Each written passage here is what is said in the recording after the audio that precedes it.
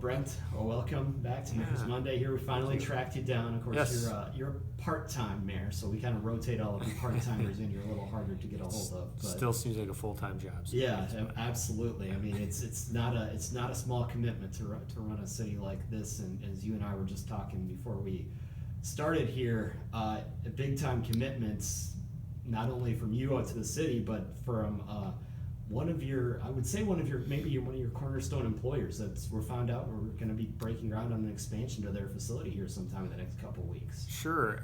Well, our business park is certainly the cornerstone of our community in terms of our major business district, a major source of tax revenue for us out there. And so we always try and work with new and existing businesses to keep that strong. We are very fortunate, and I think if you look at the business parks in and around central Wisconsin, from Wausau to Point, to Cronenweder to Mosney, you'll find that Mosney is one of the most aesthetically pleasing and recently one of the most busy. We certainly had our troubles in the recession, as many did, but we have bounced back. Our business park is, for the most part, busting at the seams, in my opinion. And one of the very good tenants in that business park is a company called Aero Global. Aero Global is a Canadian company that manufactures a number of components for buses, guards, things of that nature, for city buses and other vehicles of that nature. And they've been a great tenant in our business park. And one of the things that they did is they came to the city a couple years ago, and they were interested in expanding. They said, we were looking at locations to expand, and we decided on Mosney because we like doing business here. And that was great news to us. The city had land adjacent to Aero Global that it owned, and it was reserving for some further development, and we were really excited to talk with Aero Global about giving it to them.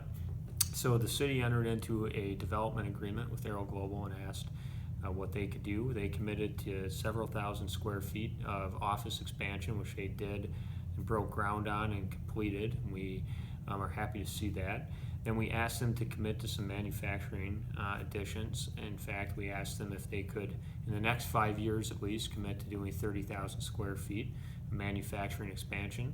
And it didn't take them too long. Within a year, actually, they're back in front of us talking about committing to not only doing 30,000 square feet, but double that, approximately 60,000 square feet of manufacturing expansion, and they're going to break ground on that November 5th. So just a couple weeks away. And we are told that there's still potentially another phase after that. So that adds jobs to our community. I've toured factories out there. In fact, I've toured Aero Global twice in my time as mayor here. They have a very good manufacturing operation, and as you walk around and you meet some of the employees there, I see some friendly faces. I even see some people that I went to high school with here in the community. But then when I talk to others, I ask them, where are you from? Some drive as far as Medford, at least the last time I was there, to come all the way over here to work. That brings them into our community.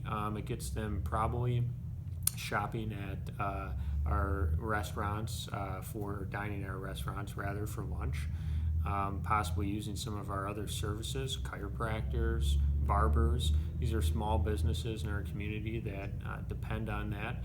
And some of those folks in town, the dentist, the barber, the chiropractor, I'm sure if you ask them, they'll tell you that when our business park has seen downtimes, they do as well.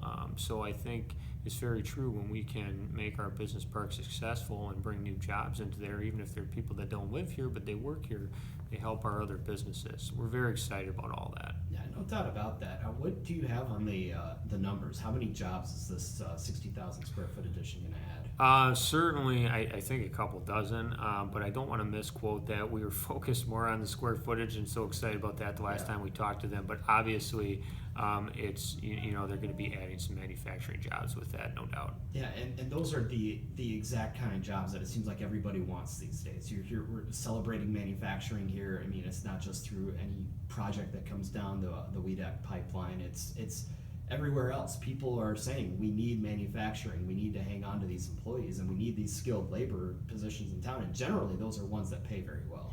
Yeah, and it's good jobs for people in our community and people who are looking for work. I don't think there's any dispute that if you're looking for a good, solid manufacturing job, it's out there for you. You just have the desire to work. I talked to another owner of a larger operation in the area a couple weeks ago, and I said, "Are you finding it hard to find manufacturing employees?" And he said, "Yeah, we have maybe 800, but we could be operating at 1,000 right now, and it's hard to find people that want to work the overtime." And the thing about that is, I think it's important that we don't lose sight of the fact that we invest at the state level in some of our technical colleges and our trades and our practices in that area, and just as much as we focus on investing in our four-year institutions. So, because we need that skilled labor, and the jobs are out there for people who want them. We'll look forward to seeing what this can bring to the community, because you mentioned it's a significant addition in your business park. There could be more coming down the road, and it's an international partner that likes to do business right here in central Wisconsin. That's always a good thing as well. It is. It's so satisfying to go out to the business park and actually talk to the business members of your community. We worked with a company from North Carolina that's actually taking over a former manufacturing facility in our business park, and what they do is they take in and paint rubber mulch. May not sound as exciting, but they're occupying a space in our business park. They were happy to come here, and one of the things they said to us is, "Geez, I wish we would have done business here a long time ago because you're so easy to work with." We went to a grand opening for Transport Refrigeration, another company that left a community to come to Mosinee and build. And when I met their president, when I went there for their grand opening, they said, "Boy, I got to tell you, you're one of the easiest communities we've ever worked with." So I've heard that on several occasions, and certainly you have to be a good custodian of your land resources and make sure that the people that you're allowing to come into your community are going to be good business stewards, are going to be consistent with your land use plans, with your park covenants, etc. But you also have to work with people if you want to be a good partner and want them to want to come to your community and do business. That's how things get done. And you were just telling me as well, you've got some things going on behind the scenes that could see some changes on 153 in the near future. We've talked about it. That's going to need to be reconstructed here in the next couple of years. But with that, with that better front door, if you will, could come some future business in that area as well. Right. We focused on our business park, which is across from the airport. We focused on our downtown, but there are plenty other parts of our community that we want to develop and grow. And one of those is the 153 East Corridor by McDonald's and Kafka Granite. And Quick Trip. Those are some great tenants of ours out there in the community right now, and they do a great job. But there's other property out there yet to be developed. There's a large space right by the off-ramp from the southbound lane on 39 at the corner. We've sort of targeted that property to try and work with the property owner for marketing it for a hotel to come to our community. We've had a positive feasibility study showing that we could support a hotel in this community, another one. We already have one. So we've been shopping that report out and hope that while the economy is good, we can interest developers to partner with the city to get that going. So that's sort of in its infancy right now. The feasibility study's done, but we're looking for partners. And we've got some other businesses that may very well be coming to that area in the next 2-3 years that we've talked with. So we're interested in that as well, and it's in a tax increment finance district, so that allows the city to work with potential people coming in under development agreements that would construct in the corridor. And speaking of taxes, we all know we're getting to the end of the year. I mean, daylight's fading quickly out there. Things are a little more chilly. That means budget seasons are underway. I know you've consistently talked about you wanting to keep things manageable here in Mosinee. That very small increase, if any, maybe even decrease if possible. How's that been going, and how is 2020 shaping up so far? Yeah, we've been doing quite a good job the last few years, I think, in terms of budgeting. We always try and do more with the same or less, and that's easier said than done. But last year, my demand to staff was I wanted to see no property tax increase. And, when you can have no property tax increase at a municipal level, you always want to strive, in fact, for a decrease. No property tax increase is a success in a lot of cases because unlike the state or the federal government, our revenue raising sources are very limited. We have property taxes and that's it. Then we depend on state aids for our other larger sources of revenue. There's some small fees and things you can assess, but really we're limited. So if we can continue to provide the same services, try and develop our community and do it with the same amount of money, it's a success. However, last year we actually had a property tax decrease on the city line item, so I was happy about that.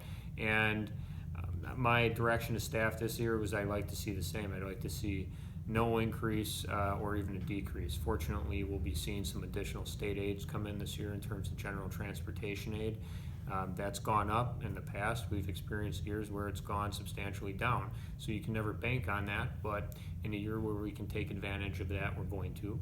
So we're very happy about that. And we've just also had some other sources of revenue we've generated ourselves because of our good moving forward attitude in the community in the last couple of years.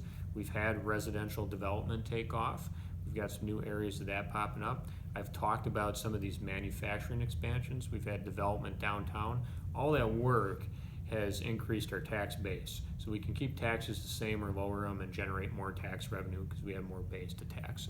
So that helps us keep your bill the same or less, try and get your community in better shape. And that's what we're going to be looking at this year. Yeah, absolutely. Because you mentioned, doing more with less. You said you've had some years where you haven't had a whole lot of street projects going on. You mean you're not improving your infrastructure, which is the other thing that municipalities are really dealing with here in the last few years is trying to maintain that, or at least kind of dig out of a hole that they may have been in for years of a downturn.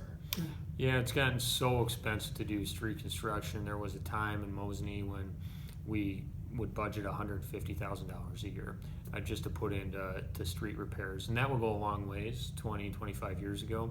But then you started to see a recession. You started to see levy limits.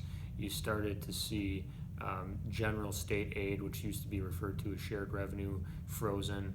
General transportation aids took a cut in 2011. Now some are back.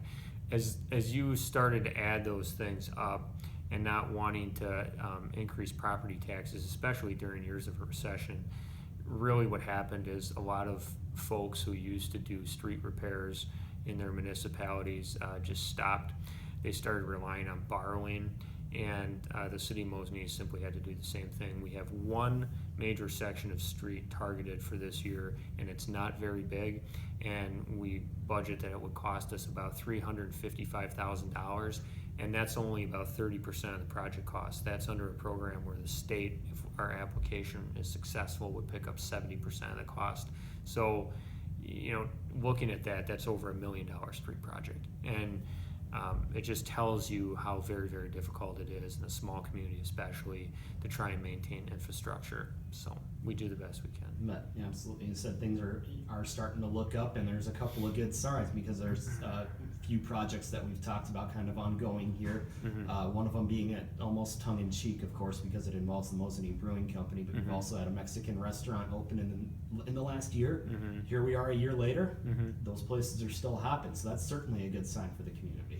It's good. You're always, it's stressful as a mayor and any community member, my city council, my staff, to unanimously get behind and substantially get behind a project like that. It's stressful for the state. The state got behind that project substantially at the regional level through the Wisconsin Economic Development Corporation. To do that and then say, cross your fingers and say, I really hope that my gut feeling was right, that this is going to be a successful business, that the belief that I put in these people is going to transpire into something good.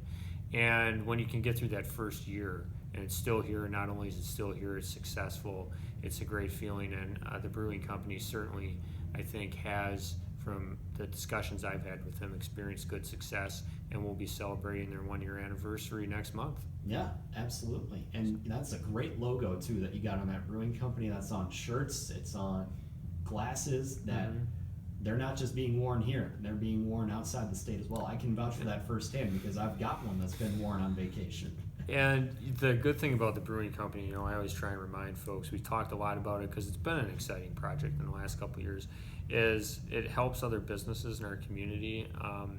Every time I go into that place, because they don't serve their own food, for instance, Mhm. I see pizza boxes or other, you know, takeout containers from restaurants in our community. So, you know, I think it's helping them out as well. I've talked to bar owners down the street that say people come over here when they're done to check me out too. So I think it's been a good asset not only for Mosinee in general, but for especially our business community. Yeah, and certainly for a lot of us and my friends in the community as well, it's a great asset as well. We absolutely love heading down there, and Sure. it's certainly something it's different, and it's something that sets Mosinee apart, I would say. Yes, definitely. Well, Brent, we always appreciate the time. We look forward to chatting again further down the road. Okay, great. Thank you.